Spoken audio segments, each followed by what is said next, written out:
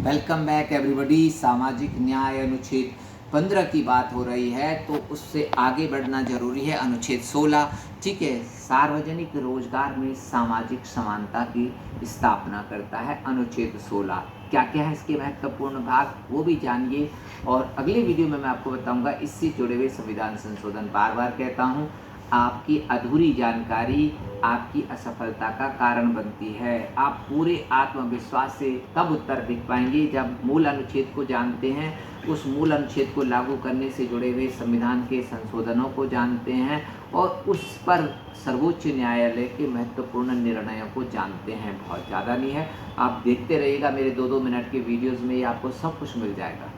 इसके लिए बहुत ज़्यादा गहरे अध्ययन की आवश्यकता नहीं है। तो अनुच्छेद 16 सरकार को सरकारी नियुक्तियों में आरक्षण का विवेकाधीन अधिकार प्रदान करता है, ठीक है। इसमें जो है समानता की गारंटी है और भेदभाव को रोकता है। इसमें 6 मुख्य बिंदु हैं जो मैं आपको बता रहा हूँ।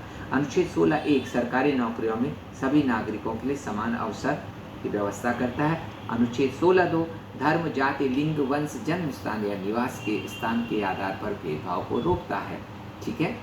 अनुच्छेद 16(3) संसद को किसी विशिष्ट राज्य में स्थानीय निवास के आधार पर नौकरियों में प्राथमिकता का कानून बनाने की शक्ति देता है, जैसा स्थानीय निवासी कोटा। इस पर भी मैं बात करूंगा, आप ध्यान रखिएगा। ये जब आप पढ़ते हैं ना कि भारत एक, ठीक है, केंद्र उन्मुख संघ है, आप बताइए कि स्थानीय स्तर पर कोटा देने का अधिकार भी भारत की संसद को है, ठीक। अगर तमिलनाडु के राज्य के लोग चाहते हैं कि उनकी सरकारी नौकरियों में उनके लिए स्थानीय कोटा हो, तो वो अपना कानून तमिलनाडु विधानसभा नहीं बना सकती, संसद को बनाना होगा, ठीक है। इसके अलावा अनुच्छेद 16(4) जो है राज्य को पिछड़े वर्गों जो जिनका पर्याप्त प्रतिनिधित्व नहीं है के लिए आरक्षण का प्रावधान करने की शक्ति देता है।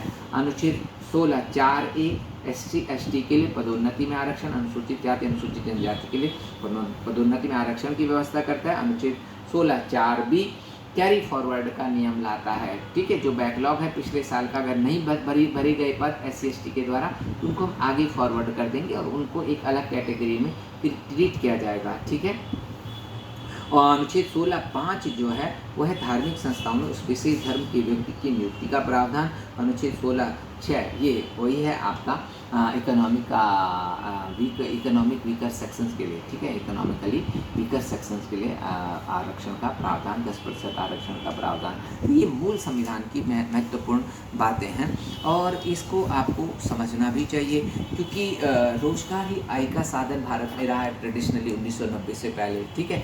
तो अब तो बदलाव आ रहा है, लेकिन जो आपका मूल हमारा जो परंपरागत कृषि आधारित समाज रहा है, उसमें रोजगार, सरकारी रोजगार को IAS PCS के पदों को ही एकमात्र बहुत बड़ी मतलब सामाजिक परिवर्तन की बहुत बड़ा आधार माना जाता था कि लड़का IAS बन गया तो एक गरीब वर्ग से, एक पिछड़े वर्ग से, एक, ठीक है, अनुसूचित जाति से वो समाज के मुख्य धारा में आ गया।